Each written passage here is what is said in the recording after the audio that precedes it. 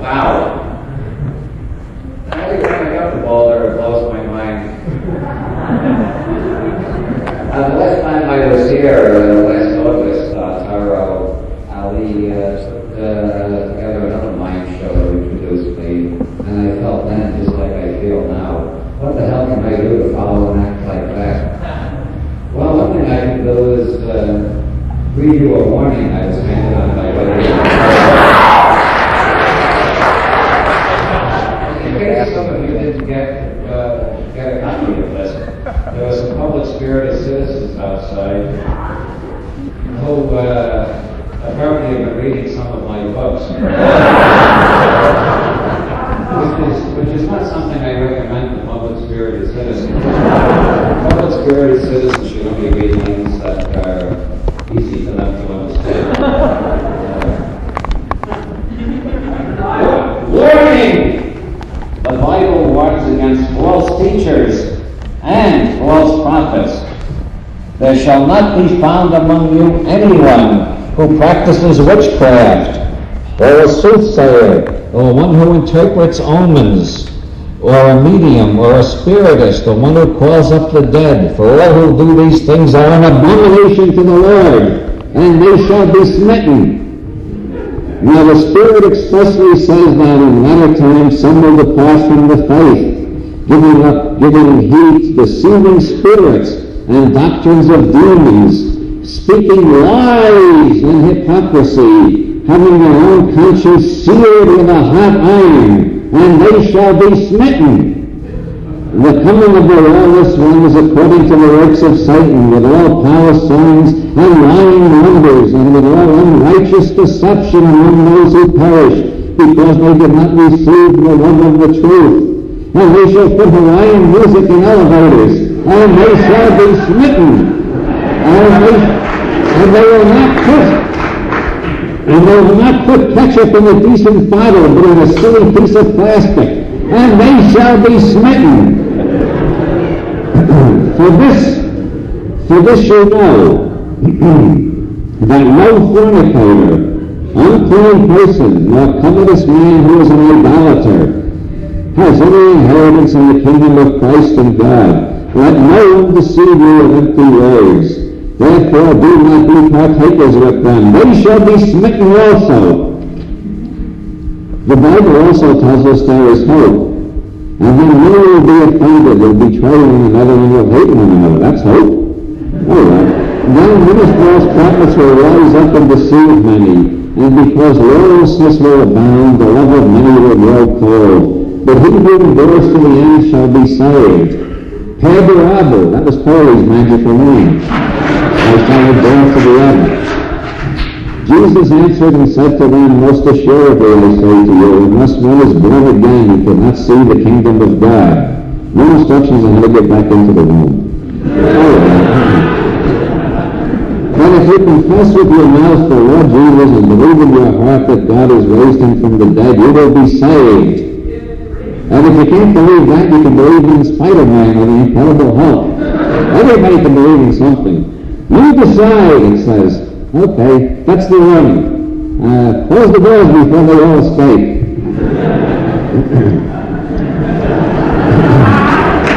I'm really very flattered.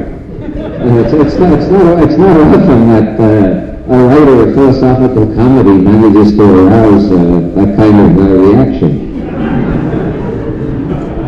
I personally, I'm going to try to reason with fundamentalists. There's an old Irish proverb, don't try to teach a pig to sing. They will just waste your time and annoy the pig. The Ayatollah Khomeini says, he's written a commentary on the Quran, which is required reading in the schools in Iran now, and he says that if a man sodomizes camels habitually, this is regrettable, but there's not legitimate grounds for divorce, because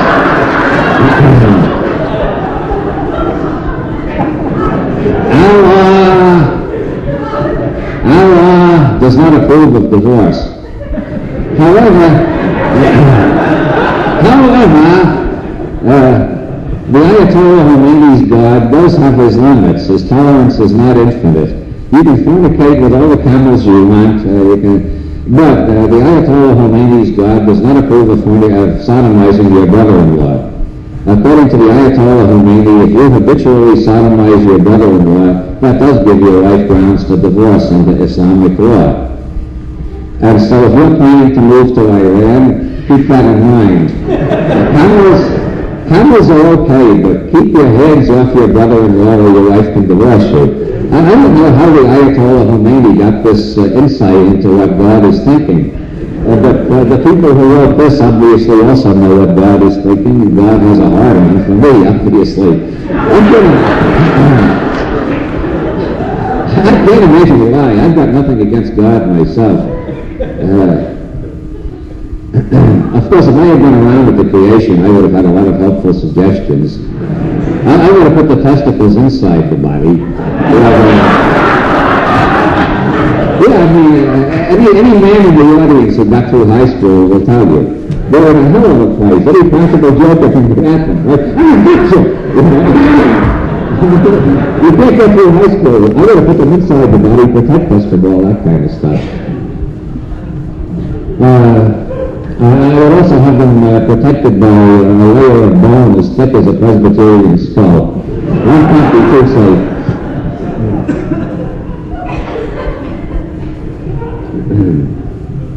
I would have arranged for all males to be born with vasectomies and acquire fertility only at the point at which they and some women think it's a good idea.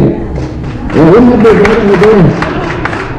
Well, science might do that. We're getting to the point of reversible vasectomy. There's a lot of research going on. But I don't know if the Ayatollah would approve of that. By the way, do you think the Ayatollah is a crazy old man or that he's really in contact with God? Anybody out there?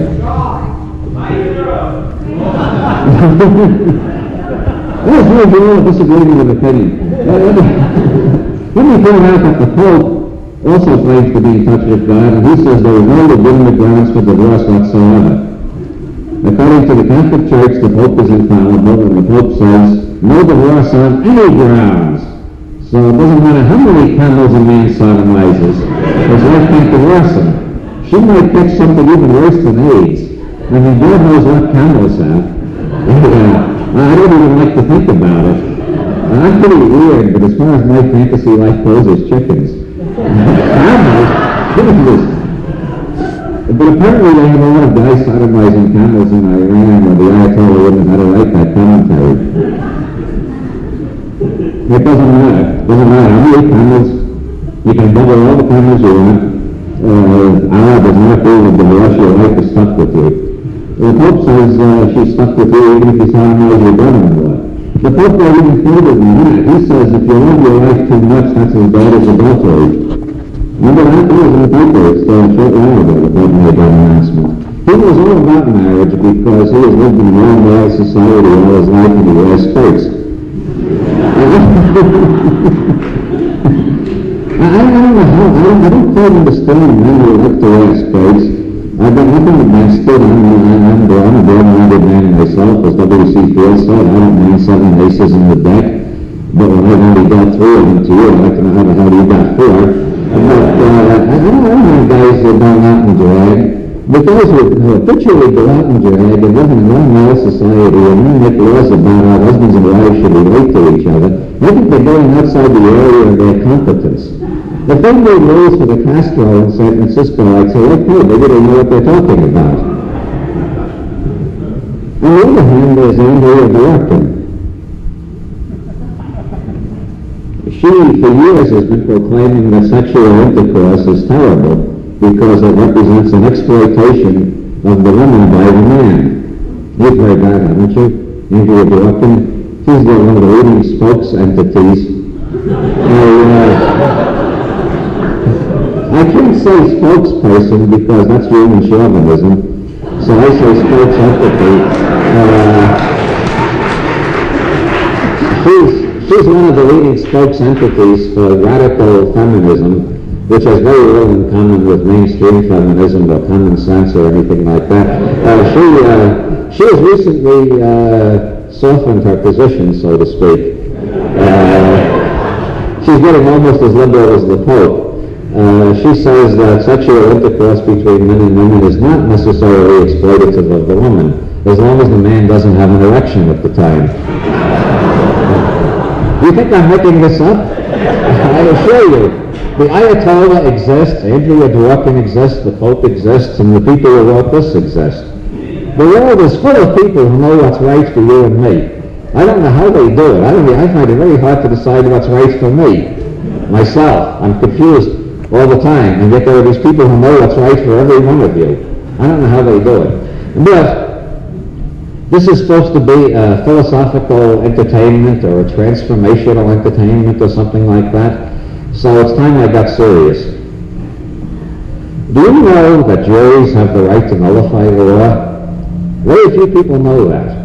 Actually, that was what the Magna Carta was all about. The barons did not drag King John to Runnymede and put him on starvation rations and hold him prisoner and force him to sign that document just so that juries could ratify what the government has decided to do. The whole idea of Magna Carta was that juries could make up their own mind what laws they were willing to have imposed upon the English population. And this has been upheld repeatedly, as in the trial of William Penn in 1690. Where William Penn was technically guilty of speaking in public. That was against the law at that time. If you had unpopular religious opinions, you couldn't speak in public. The jury refused to convict him, and the judge ordered the jury locked up until they would convict him. And the jury kept being brought back to court every day from the Tower of London, where they were locked up, and they said, we still find the defendant innocent, until it became the biggest controversy in London, and finally the judge admitted the jury did have that right. The United States Supreme Court upheld that right too in the 1890s in a celebrated case. They ruled that the jury has the right to nullify the law, that the purpose of the jury system is that 12 people selected at random can speak for the whole community about what laws they want imposed on them. The Supreme Court also ruled that the judge doesn't have to tell that to the jury. Well, they're judges themselves. You know what a judge is? A judge is a law student who marks his own examination papers. Just like the Pope is a theology student who marks his own examination papers. The Pope was declared infallible by the Council of Cardinals. There's not one Catholic in a million who can tell you when the Council of Cardinals became infallible. If the Council of Cardinals was not infallible, they might have been wrong when they said the Pope was infallible. So to prove the Pope is infallible, you've got to prove the Council of Cardinals is infallible. And to prove the Council of Cardinals is infallible, you've got to prove the people who select the people who get on the Council of Cardinals is infallible. You turn into an infinite regress that way. It's the same thing with judges. Judges are not infallible. Infallible human beings have not been found yet, and you have the right to your own conscience. If you're ever called up for jury duty, you can decide for yourself. You don't have to follow the judge's instructions. Okay, that's the end of the serious part of the night. But just remember that if you're on a jury and somebody is charged with possession of some consciousness-altering substance, if you're in favor of people changing their consciousness, you don't have to believe it when the judge says he committed a crime, therefore you must find him guilty. You can judge by your own conscience.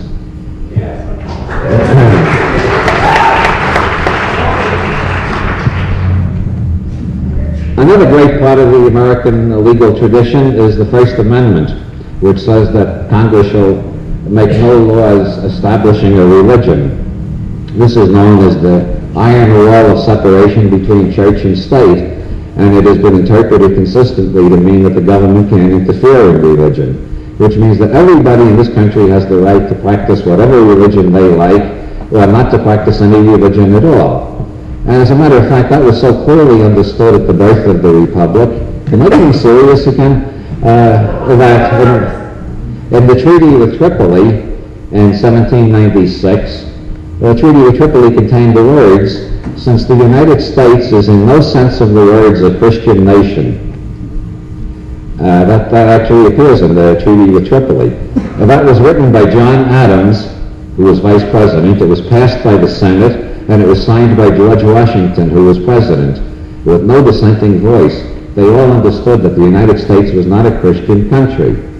So when you hear people like Jerry Falwell or Ronald Reagan telling you this is a Christian country, they are not only insulting and denigrating all the Jews, Buddhists, Taoists, atheists, agnostics, Muslims, and other non-Christian Americans, but they are denying the whole constitutional tradition. This is not a Christian country. You have the right to your own religion. On a more solemn note, I would like to add a P.S. to that. Jerry Falwell can kiss my dick.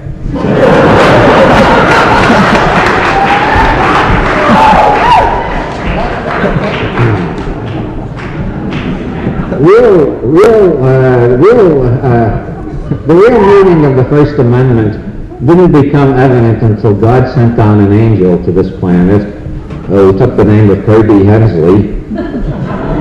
Kirby Hensley is a new literate, or so he claims. I sometimes think he's just a joker. He claims to be an illiterate, but he got a degree from the theological seminary. He claims by having his daughter answer the questions on the examination swear. I don't know whether that's true or not. He could just be a joker, but he's a legitimate doctor of divinity and minister of the gospel, and he got his own revelation, which is that every person has the right, every entity has the right. I almost slipped into humanism again, didn't I? Every entity has the right to be a minister of a gospel. One can't say the gospel because that's a rather bigoted and narrow-minded point of view. Every entity has the right to be a minister of a gospel. So Kirby Hensley will ordain anybody. He founded the Universal Life Church with the express purpose of ordaining everybody who wants to be a minister of the gospel. Have you all heard of the Universal Life Church? It's in Pasadena. And they don't charge. All you got to do is send them a letter and say you want to be ordained, and they'll make you a clergy entity. He has not only ordained hundreds of thousands of people, he has ordained dogs, cats, parrots, chimpanzees. If you want, whatever your house pet is, even if it's only a goldfish, you can get your goldfish ordained. Just write to Kirby Hensley, Universal Life Church, Pasadena, and your goldfish will be a minister of a gospel. I think this is the greatest step forward in human liberty practically since Magna Carta itself. One of the people who got ordained by Kirby Hensley was the Archdruid of the Reformed Druids of North America. The Reformed Druids was formed at a college in Illinois back in the 50s. They had a requirement that every student had to attend some kind of religious service once a week. A lot of colleges used to have requirements like that. Some still do, I think. And so a group of students who objected to this rule announced that they were Druids. And announced they held their religious services in the woods. So they all went out into the woods once a week. And then they got interested in Druidism, and they started doing research, and they gradually established the Reformed Druids of North America. And they accepted as their sacrament the waters of life, which in Gaelic is Ishkabah, or something like that. I don't quite speak Gaelic very well. The waters of life is Irish mist mixed with water. And it is a very groovy sacrament, especially in the more reformed of the Reformed groves, because they're supplementing it with cannabis these days, which makes for an even higher sacrament. After a while, some of the Archdruids really became important Gaelic scholars after they got their degrees. One of the Archdruids wrote a book called Real Magic, and he was Isaac Bonwitz I'm referring to. He was the first, Bonwitz fans? He was the first entity ever to graduate from the University of California with a degree in magic. And he is Archdruid of his own Druidic grove, and he's ordained by Kirby Hensley too. I split off from I was a member of the Reformed Druids for a while, but I decided I couldn't accept their basic teaching, which is nature is good. So I formed the Reformed Non-Aristotelian Druids of North America, RNA-DNA. And our teaching is nature seems good. That's because as non-Aristotelians, we don't like the Aristotelian-is of identity. I don't know what anything is. I only know how things seem to me. When I hear people arguing about whether Beethoven is better than Mozart, or is Van Gogh a better painter than Picasso, or is Thomas Wolfe a better novelist than William Faulkner, I don't know what the hell they're talking about. All I can talk about is how Beethoven and Mozart seem to me, how Van Gogh and Picasso seem to me, how Thomas Wolfe and Faulkner seem to me. I don't know any ises. And so I formed the Reformed Druids, the Reformed non-Aristotelian Druids of North America with the doctrine nature seems good to us, which is a non-Aristotelian position. And we started out with only 3 members, and in only 15 years we have more than tripled our membership. I never got ordained by Kirby Hensley because there was a group in Chicago that were doing ordinations too called the Missionaries of the New Truth. And I knew their address, and I didn't know Kirby Hensley, so I had them ordain me, and I'm still an ordained missionary of the New Truth.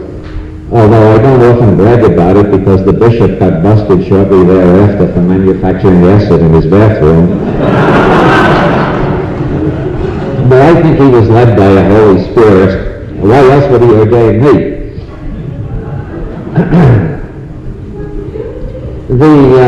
Some people say Mormonism is the first church based on a science fiction novel. I don't know about that. It seems that Joseph Smith was working in a printing house where a science fiction novel was set up, and then he disappeared with the plates. And then later he showed up with these plates he claimed he got from an angel called Moron E. And these plates seem to be identical with the missing plates from the science fiction novel. Although there's a lot of debate about that. Right now people are getting blown up in Salt Lake City every couple of weeks over that debate. That's what's known as the odium theologicum, or the hatred theologians have for one another. I don't claim to know the truth. The evidence isn't all in yet. Maybe there really is an angel whose name sounds like it's based on moron. Or maybe Joseph Smith was a great practical joker. Maybe he stole the pages of his science fiction novel and said, I'll claim it came from an angel whose name sounds like moron, and see how many morons will believe that line of crap. I don't know. I don't think that, but the first religion definitely, unambiguously, and admittedly based on a science fiction novel is the Church of All Worlds. Any members here? Ah, good. We got a nest in Boulder, too. The Church of All Worlds was formed in St. Louis in the early 60s and was based on Robert Heinlein's novel, Stranger in a Strange Land. It was started by a psychiatric social worker named Tim Zell, who decided that even though this religion came from a science fiction novel, it was worth having a church based on it because it made as much sense, no, not as much sense, he thought it made more sense than any religion he had ever heard of before. So if people are willing to base their religion on the legends of the ancient Jews, or on what the people on hallucinogenic mushrooms in India were thinking 3,000 years ago, why not base a religion on a science fiction novel? As a matter of fact, it's a damn good science fiction novel. And so they formed the Church of All Worlds, which is the only religion on this planet based on a Martian framework. Heinlein in the novel tried to imagine what kind of religions the Martians would invent. And of course, since water is very scarce on Mars, the major ritual of this religion is sharing water. And the members of the Church of All Worlds are called Water Brothers and Water Sisters. The basic teaching is Thou art God, which sounds vaguely like something I seem to have heard elsewhere. Later they changed it to Thou art God, Thou art Goddess, after the influence of feminism was felt in the Church of All Worlds. You know, the Campus Crusade for Christ has those bumper stickers that say, I found it. The Church of All Worlds has counter bumper stickers that say, Thou art it. which happens to be the basic teaching of Buddhism. Tat Tvam Asi. Thou art it. So somehow out of science fiction and a sense of humor, they get back to the foundations of Buddhism. I think that's a very interesting sociological development. The Church of All Worlds has nests in most large American cities now. The Reformed Druids of North America have groves in most cities in California and one in New York. The founder of the Church of All Worlds, Timothy Zell, recently bred a unicorn. You must have heard about that. It got a lot of publicity after he rented the unicorn to Barnum and Bailey's Ringling Brothers Circus or whatever. Have you heard about that unicorn, Lancelot? Huh? Yeah. Well, now Tim is down in the South Pacific looking for a mermaid. I figure anybody who can found a religion based on a science fiction novel and then breed a unicorn has a good chance of finding a mermaid. So keep your minds open and your eyes open. You might be reading about a mermaid in the papers in the next year or so. He's down there in the South Pacific looking for mermaids.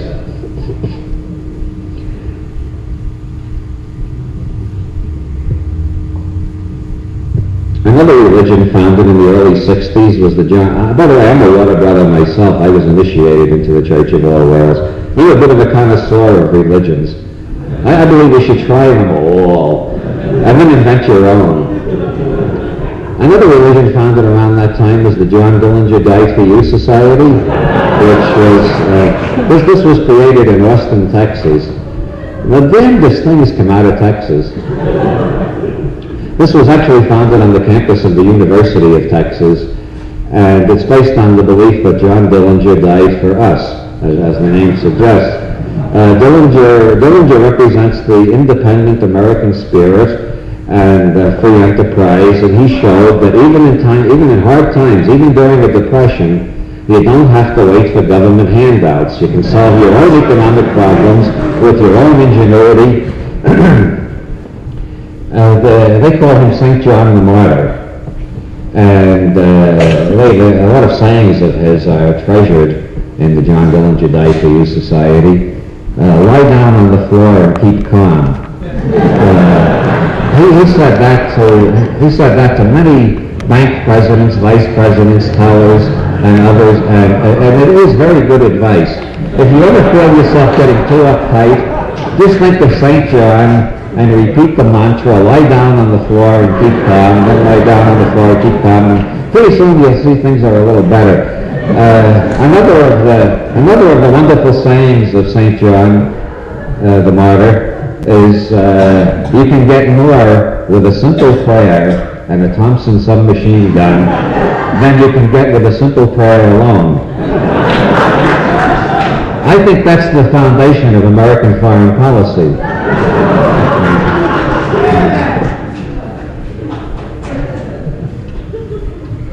Pardon me while I have a little more to... This is only water. Well, it may say gin on it, but that's just... that's what's known as a breaching experiment in ethnomethodology. Do you grok ethnomethodology? Yeah. Ethnomethodology is the science of practical jokes, or else it's a criticism of sociology. Ethnomethodology was started by Harold Garfinkel in UCLA, and whether it's another one of these new religions or whether it's a branch of sociology isn't very clear. Garfinkel decided the only way to study our society is to make it anthropologically strange. That is to say, look at it as an alien society. And the way to do that is to change the perspective.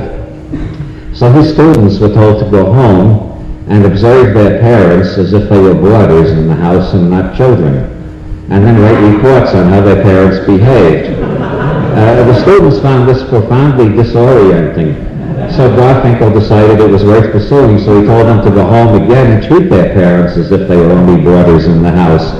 The parents found this profoundly disorienting too.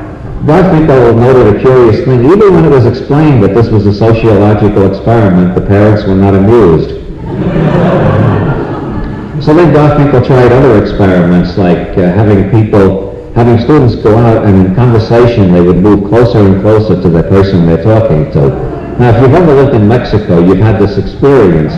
Mexicans feel comfortable when they're about 6 inches away from you. Americans feel comfortable about 1.5 feet apart. So if you're at a party in Mexico, you see the Mexicans moving closer and closer and the Americans moving further and further back, until gradually they cross the whole room without either of them being conscious of what they're doing. So Garfinkel told the students, go out, talk to somebody, and move closer and closer until your nose is touching that person's nose and see how they react. And he noted that the most extreme reactions occurred when males did this to other males. He said it was almost always interpreted sexually. And even when it was explained that it was a sociological experiment, the anger did not go away. And people said, but why did you pick me for that experiment? Friendships were destroyed in some cases. So Garfinkel decided I'm really onto something here. So he had students go for psychotherapy with psychotherapists who gave them random answers. Rather than following any school of psychotherapy, they just followed a random number series about whether they supported or contradicted what the student said. And students found meaning in that, as much as in any other form of psychotherapy. You know who were the two most famous students of Garfinkel? Carlos Castaneda and George Lucas. You see, ethnomethodology has gotten to you even if you've never heard about it. As a matter of fact, this whole talk is a breaching experiment. I'm a disciple of Garfinkel too.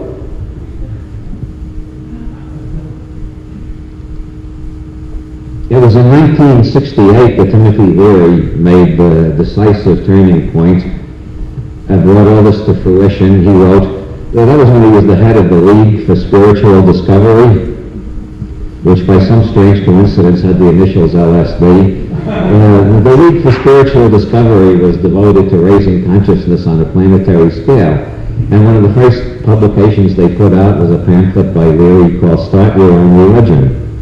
And it was based on the idea that humanity will always be in a mess as long as we're looking for others to tell us what we should know. And so everybody should become the priest. Every man should be the priest of his own religion. Every woman should be the priestess of her own religion. Every home should be a shrine. And we should all be in the God business, or the goddess business, as you will.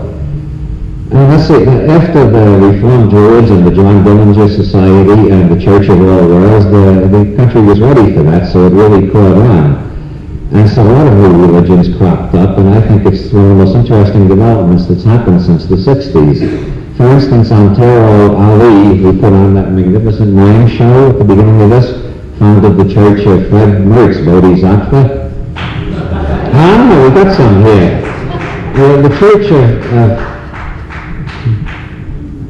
The Church of Fred Merckx Bodhisattva is based on the notion that Fred Merckx on the I Love Lucy show is a bodhisattva. And that this whole show is actually an attempt to enlighten the planet. And if you're in the proper state of mind, you will find the profundities in everything Fred says. Some people think this is this a breaching experiment? Is this in the Garfinkel tradition, or is it a way to enlightenment? Well, it depends on if you look at the I Love Lucy reruns in the proper frame of mind, you'll find Fred is really saying profound things. Like sometimes he's like Mass Roden. One show, Fred says, I don't understand women at all. And I thought, what a confession of the intellectual bankruptcy of patriarchy, the whole patriarchal system. Fred says, I don't know what the heck is going on around here. No Buddhist, Vedantist, or Taoist has ever given a clearer description of the mystical experience than that.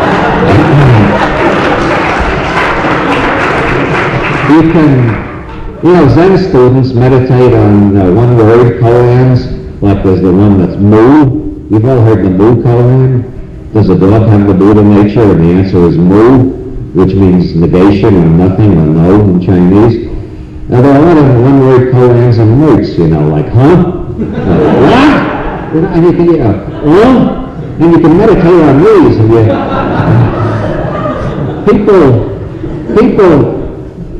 human beings, human critters, domesticated primates, critters like us, we live.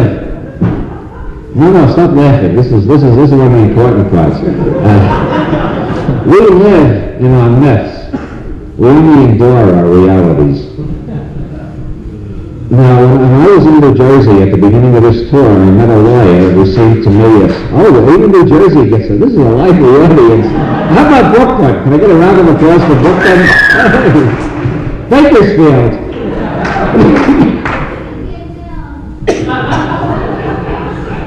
Grover's Mills. That's where the UFOs landed in the SLS. Yeah. No, I forgot where I was going. Oh, yeah. Well, I was in New Jersey. I met a lawyer who seemed to me a sane, sober, honorable, decent, trustworthy person. And he turned me onto some grass, which he said was Johnny Carson's own. He swore that this is grown in Mendocino only for Johnny Carson. on a private farm, and none of it is ever put on the open market. But last year they had a bumper crop, and Johnny, out of the goodness of his heart, out of his Boulder nature, he told the grower, you can put some of that on the market for a selected clientele, for people who really appreciate it. And so, that's what I was saying. We live through our myths. We only endure our reality. I don't know if this lawyer was putting me on, or whether this really was Johnny Carson's own. But I tried it, and I looked at I Love Lucy, and I became convinced Ontario Ali is a genuine prophet. Everything Fred Mertz says is incredibly profound, if you're in the right state of mind when you're looking at it. Now, if you can't get Johnny Carson's own, you can do pranayama. Pranayama, you breathe through one nostril, then through the other. You know how that's a brief introduction to pranayama. You get more detailed instructions over at Naropa or Sublocal Institute. You do pranayama and sit down and look at I Love Lucy, and you get the same effect as Johnny Carson's own. Everything Fred Mertz says is incredibly profound. So this is the answer to the great Zen poem, who is the master who makes the grass green? Who makes the sad man sad? Who makes the angry woman angry? Who makes those assholes out front write pamphlets like this? Who makes the grass green? Who's in charge of the whole show around here? Well, if Fred Mertz seems dumb to you, and then you do pranayama or smoke Johnny Carson's own if you can get your hands on it, and if Fred Mertz seems profound, you're the other one who's made the change. The whole universe depends on you. Which brings me to another religion that I played a role in founding, the Discordian Society.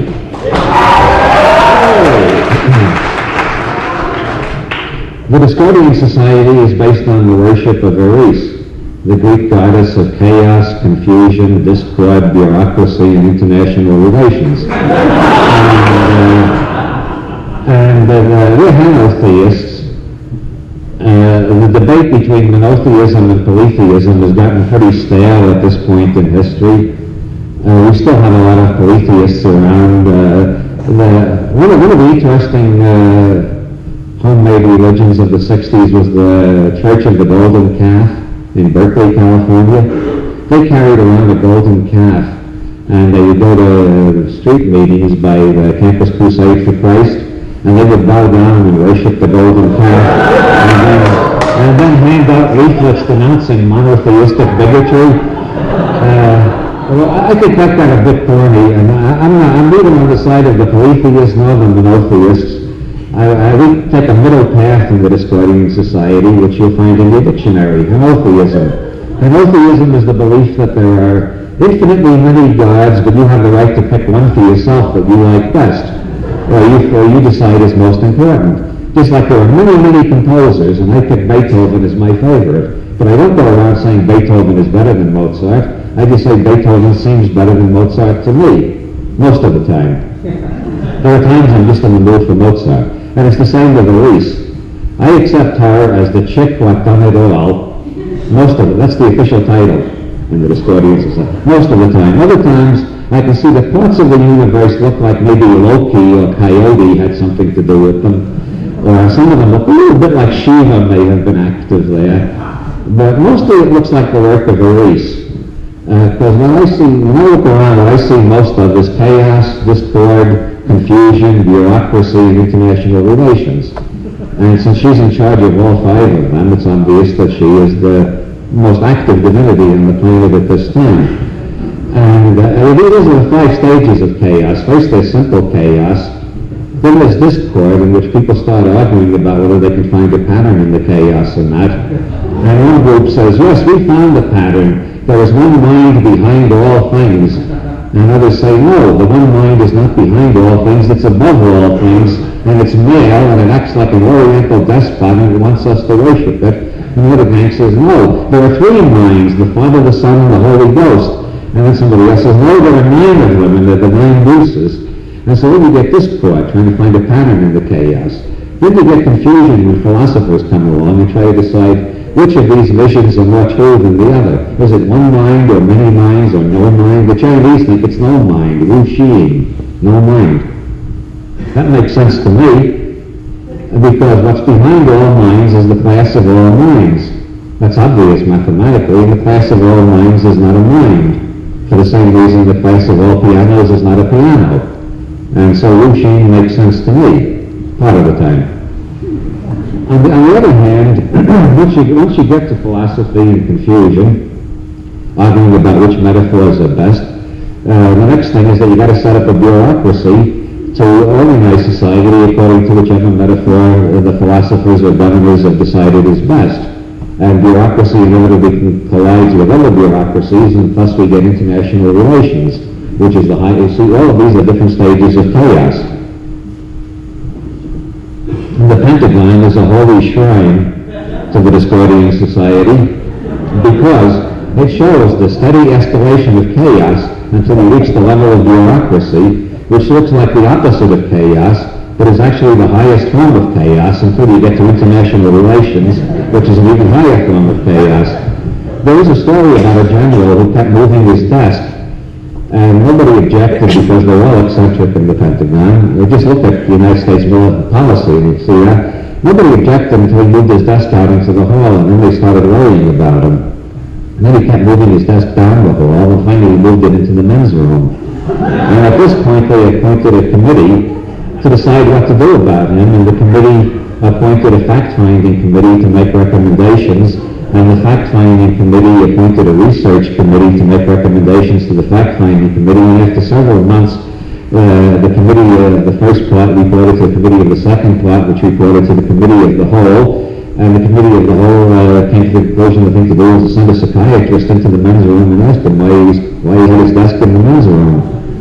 So they got an army psychiatrist to go into the men's room, and he's sitting there at the desk, busy working, and the psychiatrist says, "Pardon me, would you mind telling me why you moved your desk into the men's room?"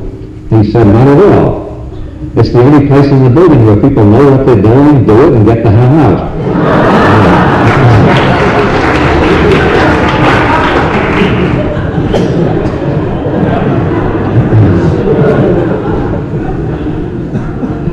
And Marx believed that all societies go through three stages: thesis, antithesis, and synthesis. But according to the Discordian revelation, everything is related to the number 5, because we've got 5 fingers, and man is the measure of all things, except those things of which woman is the measure. And so therefore everything relates to the number 5. And so therefore that's why we have the 5 stages of chaos: simple chaos, confusion, discord, bureaucracy, and international relations.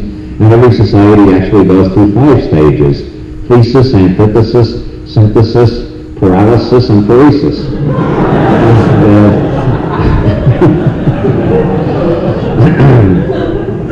I was on a radio show in Edmonton, Alberta, last year. We didn't even get applause for Alberta. That's pretty good. And there was a teacher up there who was recently fired from his job for teaching. He was a civics teacher in a high school up there. He was fired for teaching his students that there's a Jewish conspiracy that runs the world. They have a law in Canada against inciting hatred against any specific group. And so he got fired from his job, and there was a lot of controversy about it. And the interviewer asked me, "You're an expert on conspiracy theories, I've heard." And I said, "An expert? Sometimes I'm so dumb I can't find my butt with both hands. I'm not an expert on anything." He said, "Well, your PR says you're an expert on conspiracies." And I said, "Well, if you get a book published on anything, you're an expert on it, so I guess I'm an expert." He said, "Well, how do you account for theories like that?" And I said, "Paresis." And he said, "What?" He thought I was going to give him some complicated psychological theory. I told him it takes 20 years for syphilis to turn into paresis. By that time, you're the head of the corporation. And if you look at the membership of the John Birch Society, you'll find they're all middle-aged men who are heads of corporations. They've got to the stage where the syphilis is turned into paresis, and that's how they develop these elaborate theories about Rockefeller working in collaboration with the communists in Moscow to school the middle-class businessmen in Des Moines, Iowa. And nobody who didn't have paresis would possibly imagine David Rockefeller and Gorbachev sitting down to plot against people in Des Moines. But once you've got paresis, that makes perfect sense to you. That's what keeps fundamentalism alive.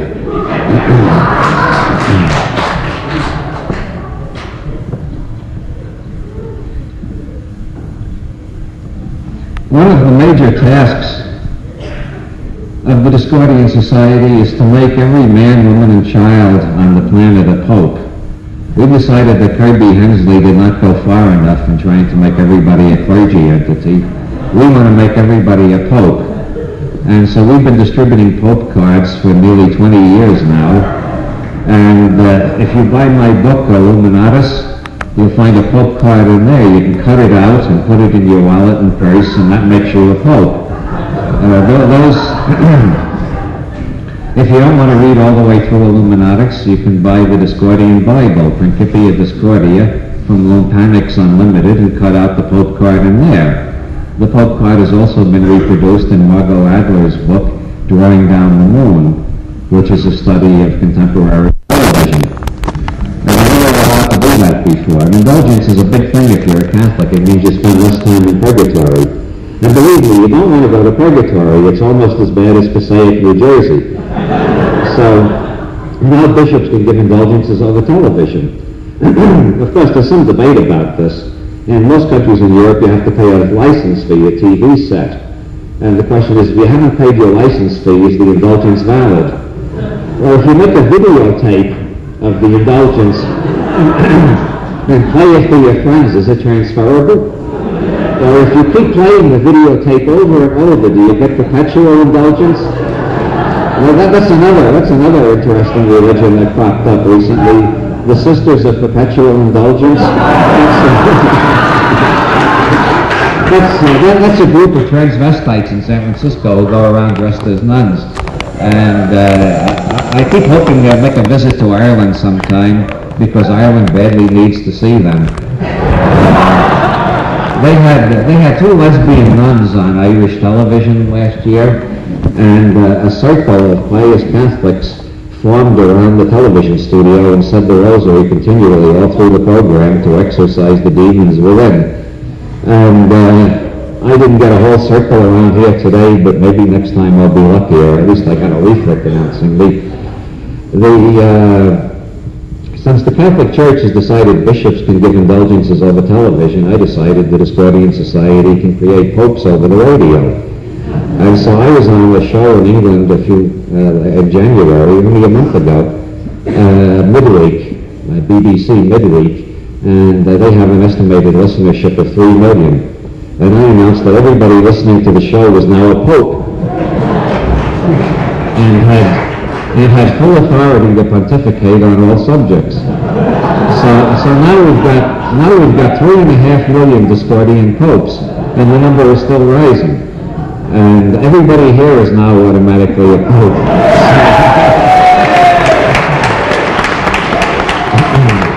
And you're all just as infallible as those Lindics out in the street there.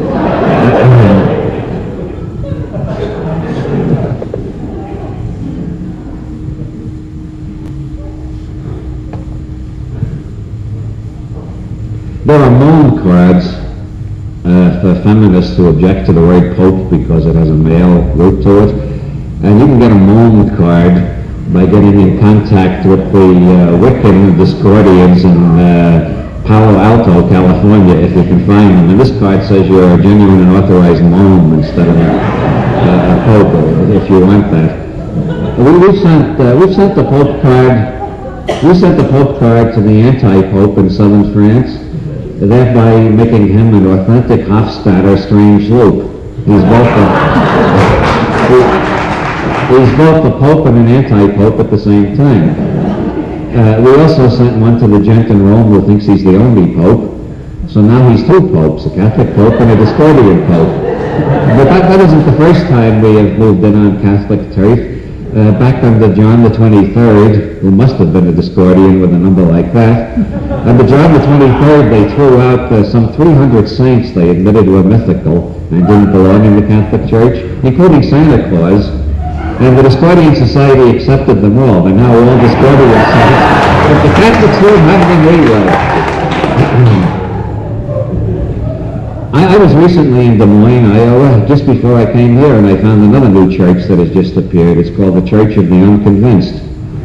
And their first activity is to open a bookstore called Visions, which has flotation tanks. They have 2 flotation tanks and a lot of books on mysticism and Kabbalah. And so you can either read books to give you visions, or you can go downstairs and float in the tank and have visions. And their second activity was to bring me to Des Moines, which I thought was rather nice. And so that's all I know about the Church of the Unconvinced. They never explained their dogmas to me, if they have dogmas. Hey, Bob. Yes? Do they have waterproof flashlights and glass-sized books so you can have visions twice and read books at the same time? That's not a bad idea. They may try that. The Discordian Society, maybe they don't have dogmas. The Discordian Society doesn't have dogmas. We have catmas. A dogma is something declared by a single pope of a single, where there's only one pope. Where you've got 3.5 million popes, you can't have dogmas, so we've got catmas instead. So every Discordian is entirely infallible, but only about what's going on in his or her own nervous system. And that's what a catma is. I think one of the most, that is the Java-Crucians. The Java-Crucians, have you seen their ads? A coffee break in eternity? I don't know whether they're a new religion or not. They claim they're not, they say not a religious organization. But the Java-Crucian revelation is that if the first thing in the morning you get up and make a pot of coffee, if you raise the coffee and face the rising sun, just like a Freemason, just like a lot of occult groups, you face the rising sun, raise the coffee to your lips and take a sip, and then put it down, and then you say profoundly, God! I needed that. You will then be in a state of mind to deal with all the problems of the day. This is the American coffee ceremony to rival the Japanese tea ceremony and give us an autochthonous mystical tradition. There's a secret Discordian teaching which I'm now at liberty to reveal, which is even stronger than that one. This is the secret toad ritual. That is, if you eat a live toad as soon as you get up in the morning, nothing worse will happen to you all day.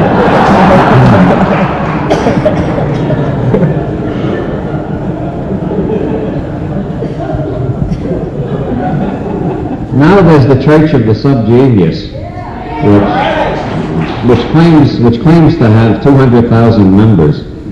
I don't know whether they're exaggerating in that, but I saw an issue of the LA Weekly recently where they had a monster convention in Los Angeles, and it said 30,000 monsters attended. And so apparently the Church of the Subgenius is really growing. And that's based on the Discordian Society together with Madison Avenue techniques. It seems to have been invented by 2 advertising executives in Dallas. The Church of the Subgenius includes practically everything. And it even has a synthesis of Discordianism and Taoism. For those of you who are into heavy metaphysics, Taoism divides the whole universe into yin and yang, the dark, fecund yin forces and the bright, shocking yang forces. And Discordianism divides everything into the hodge and the podge. The hodge is symbolized by the pentagon, which represents the attempt to create order, which always leads to higher and higher chaos. And the podge is symbolized by the apple of discord, which symbolizes the apple that Ares threw into the banquet on Olympus, which started the Trojan War, and the apple that Eve picked that started the evolution of humanity, and the apple that used to disappear from the stage in the Flatbush Burlesque Theater in Brooklyn when Peaches Browning did her split on top of it. And everybody is a member either of the House of the Rising Hodge or the House of the Rising Podge, which makes Discordianism the only universal religion. Because if you're a member of the House of the Rising Hodge, symbolized by the Pentagon, you oppose Discordianism. So therefore you're part of Discordianism because Discordianism is based on discord. Ergo, those people out there protesting against me are part of the Discordian Church because they're protesting against the Discordian revelation. They are popes of the House of the Rising Hodge. Those who, on the other hand, who accept the Discordian revelation are popes of the House of the Rising Podge. In either case, the two balances out. You have no Hodge without Podge and no Podge without Hodge. The Church of the Subgenius has improved on this by looking into Gestalt therapy. Gestalt therapy points out that wherever you see a figure, there's always a ground behind it, right? Some of you have been to Esalen, right? There's always a figure-ground relationship.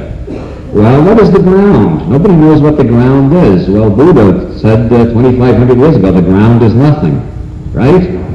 Anybody? Yeah, that's the Buddhist teaching. The ground is nothing, no thing. And so therefore, every perception consists of something on a background of nothing. If you look at me, you see something, I hope, and then there's nothing as the frame. So the universe consists of both something and nothing. And this is much more profound than the Discordian hodgepodge, I have to admit, even though I'm a Discordian Pope. And it's even more profound than the yin and the yang, I think. Because if you get a deep intuitive understanding of the relation of something and nothing, then you're in a state of slack. And slack is even better than nirvana. Because if you're in slack, you are in the balance point between something and nothing, and then you can get something for nothing. This was revealed to J.R. Bob Dobbs, the founder of the Church of the Subgenius, by L. Ron Hubbard on an elevator in Palm Beach, Florida in 1957. J.R. Bob Dobbs was only a humble aluminum siding salesman at that time, but it just took one meeting with L. Ron Hubbard, and he learned the secret of power and how to stand on the balance between something and nothing and get something for nothing. And he founded the Church of the Subgenius, and now he's one of the richest men in the world, but he still acts like a regular fella. Of course, it's very hard to see Bob these days, because he's reached such a tremendous level of spiritual elevation that most people who've met him can't even remember the experience. It's like a UFO contact. There's total or partial amnesia, conjunctivitis and eye strain, nervous symptoms. Sometimes it requires hospitalization, and you almost inevitably are persecuted by the men in black afterwards. The men in black are agents of the conspiracy. The conspiracy is all the groups that's trying to stamp out the Church of the Subgenius. It consists of all the other religions in the world, the Rockefellers, the OPEC nations, and the people who put Hawaiian music in elevators, and all other evil and sinister forces like that. So if you've met Bob, they'll send the men in black around to persecute you. Don't be afraid. The men in black will come to your door pretending to be Jehovah's Witnesses. They will try to get into your house.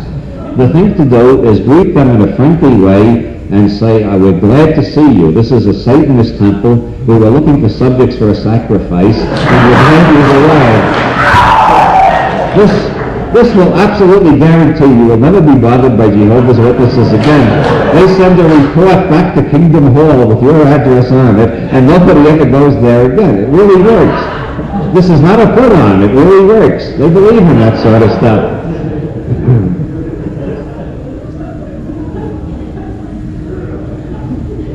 The secret of power, I don't know whether it's safe to reveal this yet. I was up in Edmonton last year. I was staying at the OTO Lodge up there. I'm an outer head of the OTO. When Carl Bramer died, he was the last universally recognized outer head of the Ordo Templi Orientis. When he died, he hadn't appointed a successor, so 4 people appointed themselves, announcing they had been appointed on the astral plane by Aleister Crowley. They skipped over Bramer and went back behind Bramer to Crowley, and they each announced, Crowley appointed me on the astral plane.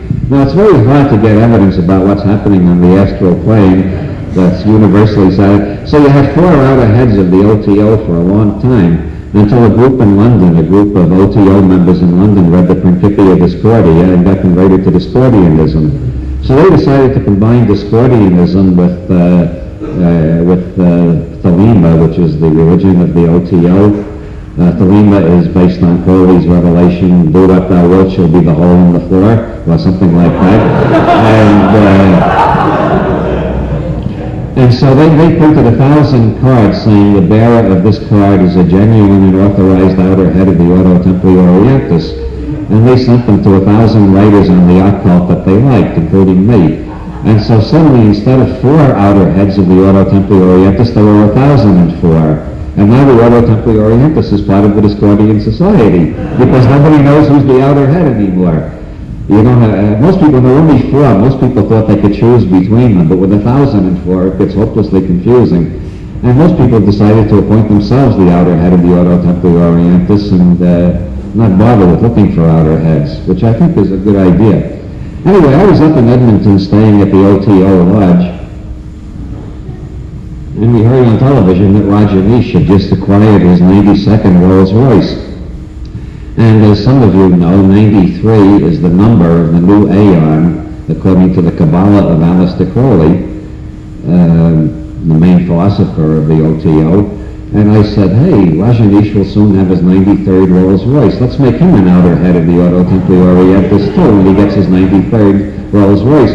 So they agreed and they printed up a certificate making Rajneesh an outer head of the Ordo Templi Orientis, and they were going to send it to him as soon as he got his 93rd Rolls Royce. Well, I left Edmonton, and a few weeks later I read Rajneesh had just acquired his 93rd Rolls Royce, and the American government busted him. And he fled back to India, and I don't know if he ever received the certificate making him an outer head of the Ordo Templi Orientis. He's living somewhere in the Himalayas now, and whether he knows he's an outer head of the Ordo Templi Orientis or not, I'm not sure at all. But Rajneesh, I think, is one of the greater exemplars of the philosophical tendencies that I am expounding here tonight. He understood the secret of power. When he started acquiring disciples, he sat down like many of us have. Sometimes I've almost acquired disciples myself. I know what that's like. And Rajneesh thought, what do I do with these idiots? And so he said, I'll tell them that they've all got to wear orange. You know, this is like I went to the religion once where you got to pray in Pig Latin while standing on one leg. Arwe, Arvafe, Huwe, Arte, and Evan Way, and so on. And he said they all wear orange. And so they all started wearing orange. And Rajneesh thought, hey, this is funny. So then after a while he come out of his the hut where he had his current Shakti. He come charging out and said, orange is out, you've all got to wear crimson now. So they all had to throw away their orange clothes and buy crimson clothes. And by then Rajneesh had figured out exactly and totally, reached full philosophical illumination on the question of disciplehood. He knew just what disciples were and what they're good for. So he said, go out and get Rolls Royces for me. So they started bringing in Rolls Royces one after another, and he got up to 92 Rolls Royces. And then when he got to the Crowley in 93, the ceiling fell in for some reason. He didn't fully understand the secret of power, but at least he knew what a disciple is. A disciple is an asshole looking for a human being to attach itself to.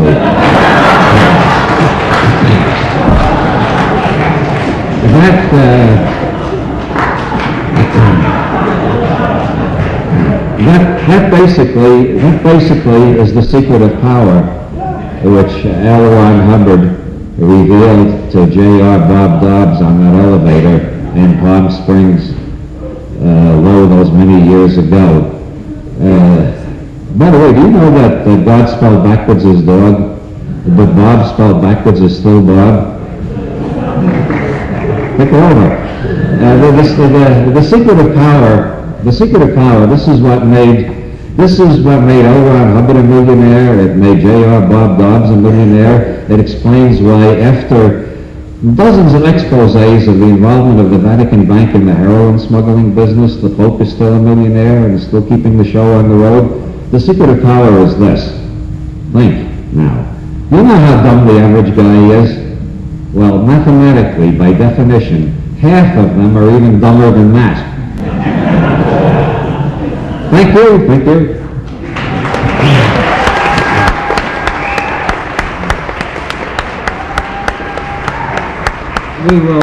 We will now have a short break followed by a short question period. At least I hope it will be short. I'm getting tired. We will now have a short speech by Liz Freeman, who organized all this and is incredibly beautiful.